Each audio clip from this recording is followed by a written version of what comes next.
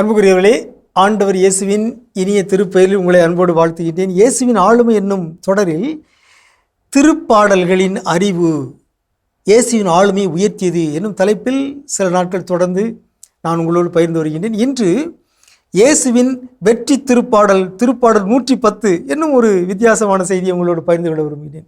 இயேசு பல திருப்பாடல்களை அறிந்திருந்தார். சிலவற்றை மனப்பாடமாக அவர் மேற்கோள் காட்டினார். சிலவற்றை நன்றாக புரிந்து வைத்திருந்தார். அவற்றில் ஒன்று திருப்பாடல் 110.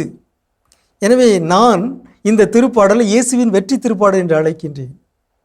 இதை பற்றிய செய்தியை மத்தேயு நற்செய்தி 22வது அதிகாரத்தில் 41 முதல் 46 முடிய உள்ள இறைமொழியில் நாம் வாசிக்கிறோம். இதற்கு தாவீதின் மகன் பற்றிய விளக்கம் என்று தலைப்பிடப்பட்டிருக்கிறது.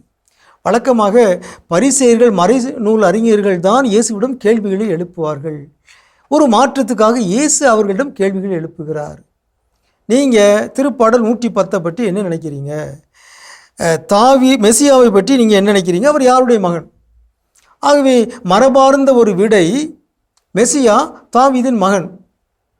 இங்கே இயேசு திருப்பாடல் 110 மேற்கோள் காட்டி இல்லை, மெசியா தாவீதின் மகன் மட்டுமல்ல, தாவீதுக்கே தலைவர் என்று சொல்லி அவர்களை திகைக்க வைக்கின்றார். ஆகவே இயேசு திருப்பாடல் 110 மேற்கோள் காட்டுகிறார். அதில் என்ன சொல்லப்பட்டுகிறது? தாவீது தூயாவின் தூண்டுதலால் மெசியாவை தலைவர் என்று அழைக்கின்றார். ஆண்டவர் என் தலைவரிடம் சொன்னது, நானும் பகைவரை உமக்கு கால்முனையாக்கும் வரை நீர் என் வலப்பக்கத்தில் அமரும் என்று எழுதப்பட்டிருக்கிறது. இயேசு அவங்ககிட்ட ஒரு கேள்வி கேட்கிறார். இந்த திருப்பாடலை எழுதியவர் யார்? தாவீது. யாரை பற்றி எழுதுகிறார்? மெசியாவை பற்றி எழுதுகிறார். ஆகவே மெசியாவை பற்றி தாவீது தூயாவியாரால் தூண்டப்பட்டு என்ன எழுதுகிறாரு? ஆண்டவர் என்றால் கடவுள், என் தலைவர் என்றால் மெசியா. ஆகவே கடவுள் மெசியாவிடம் கூறினார், என் தலைவராகிய மெசியாவிடம் கூறினார், நானும் பகைவரை உமக்கு கால்முனையாக்கும் வரை நீர் என் வலப்பக்கத்தில் அமரும் என்று கூறினார். இது தூயாவியாரால் தூண்டப்பட்டு தாவீது எழுதினது. தாவீது மெசியாவை எப்படி கூப்பிடுறார்? இந்த திருப்பாடலில் என் தலைவர் என்று கூப்பிடுகிறார். ஆகவே தாவீதே தூயாவியால் தூண்டப்பட்டு என் தலைவர் என்று மெசியாவை பற்றி சொல்லும் பொழுது நீங்கள் எப்படி அவரை மெசியா தாவீதின் மகன் என்று சொல்லலாம்? மெசியா தாவீதின் மகன் அல்ல, மெசியா தாவீதின் தலைவர் என்று இயேசு ஒரு வாதத்தை முன்வைக்கின்றார். அதை கேட்டவுடன் அவர்கள் அசந்து போனார்கள். அந்த அதிகாரத்தின் கடைசி வரி மத்தேயு 22:46 சொல்கிறது, அதற்கு எவரும் ஒரு வார்த்தை கூட மறுமொழியாக கூற இயலவில்லை. அந்நாள் முதல் அவரிடம் எவரும் எதுவும் கேட்க துணியவில்லை. எனவே நான் இந்த திருப்பாடல் 110 இயேசுவின் வெற்றி திருப்பாடல் என்று அழைக்கின்றேன்.